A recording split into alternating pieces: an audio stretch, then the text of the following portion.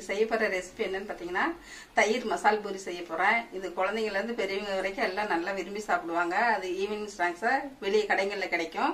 அது நம்ம இன்னைக்கு வீட்லயே சிம்பிளா வீட்ல இருக்க பொருளை வச்சே செய்யலாம். இதுக்கு தேவையானது 2 சட்னி அரைச்சா போதும், டக்குன்னு செஞ்சிடலாம். புதினா சட்னி ஒன்று, இனிப்பு சட்னி ஒன்று செய்யணும். அதுக்கு தேவையான பொருள் என்னன்னு பார்க்கலாம். வீடியோக்குள்ள போகலாம் வாங்க. நீங்கள் இன்னும் நம்ம சேனலை சப்ஸ்கிரைப் பண்ணலைன்னா சப்ஸ்கிரைப் பண்ணிக்கோங்க. அப்படியே பக்கத்தில் இருக்க பெல் பட்டனை ப்ரெஸ் பண்ணிக்கிட்டிங்கன்னா நாங்கள் போடுற வீடியோ உங்களுக்கு உடனுக்குடன் நோட்டிஃபிகேஷனாக வரும். இந்த பூரி பார்த்தீங்கன்னா ரெடிமேடாக கடையில் இருக்குது. அதை வாங்கி நம்ம பொரிச்சாச்சு. இன்னைக்கு 2 வகை சட்னி அரைக்கணும் இந்த தயிர் பூரிக்கு. ஃபர்ஸ்ட் புதினா சட்னிக்கு என்னென்ன தேவைன்னு பார்க்கலாம். புதினா ஒரு கைப்பிடி எடுத்து இலையெல்லாம் பிச்சு வச்சுக்கோங்க. இப்படி சின்னதாக 2 துண்டு இஞ்சி எடுத்துக்கோங்க. ஒரு பச்சை மிளகாய் அரைச்சிடலாம்.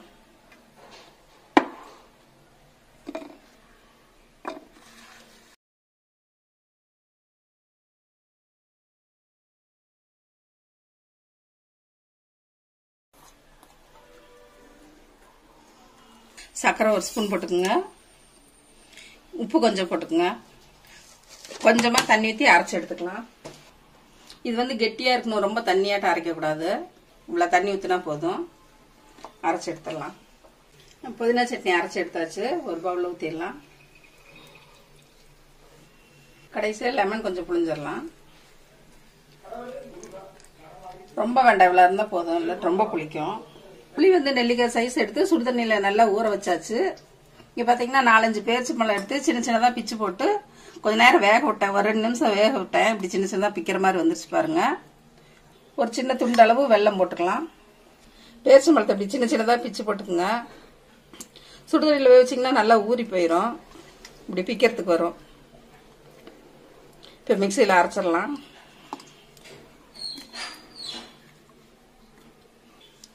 புளியை நல்லா திக்காக கரைச்சி ஊற்றிடலாம்.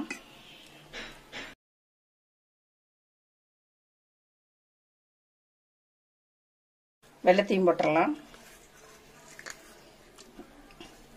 இனிப்பு சட்னிக்கு பார்த்தீங்கன்னா பேரிச்சம்பழம் 4-5, புளி, வெல்லம் எல்லாம் ஊற வச்சு போட்டாச்சு. இதை மிக்சியில் அரைச்சி எடுத்துட்டு வந்துடலாம்.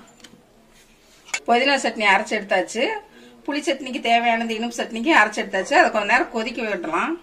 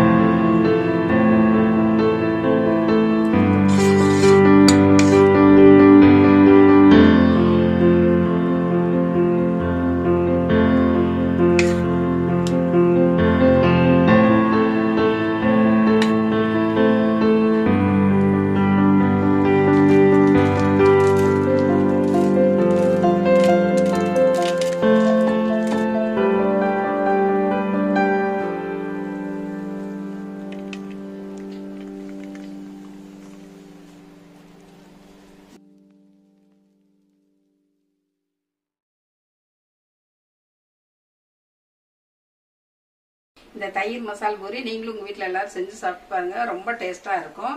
இந்த ரெசிபி பிடிச்சதுன்னா மிஸ்ஸஸ் சம்பா சமையலுக்கு சப்ஸ்கிரைப் பண்ணுங்க, மறக்காம பெல் பட்டனை கிளிக் பண்ணுங்க. தேங்க்யூ.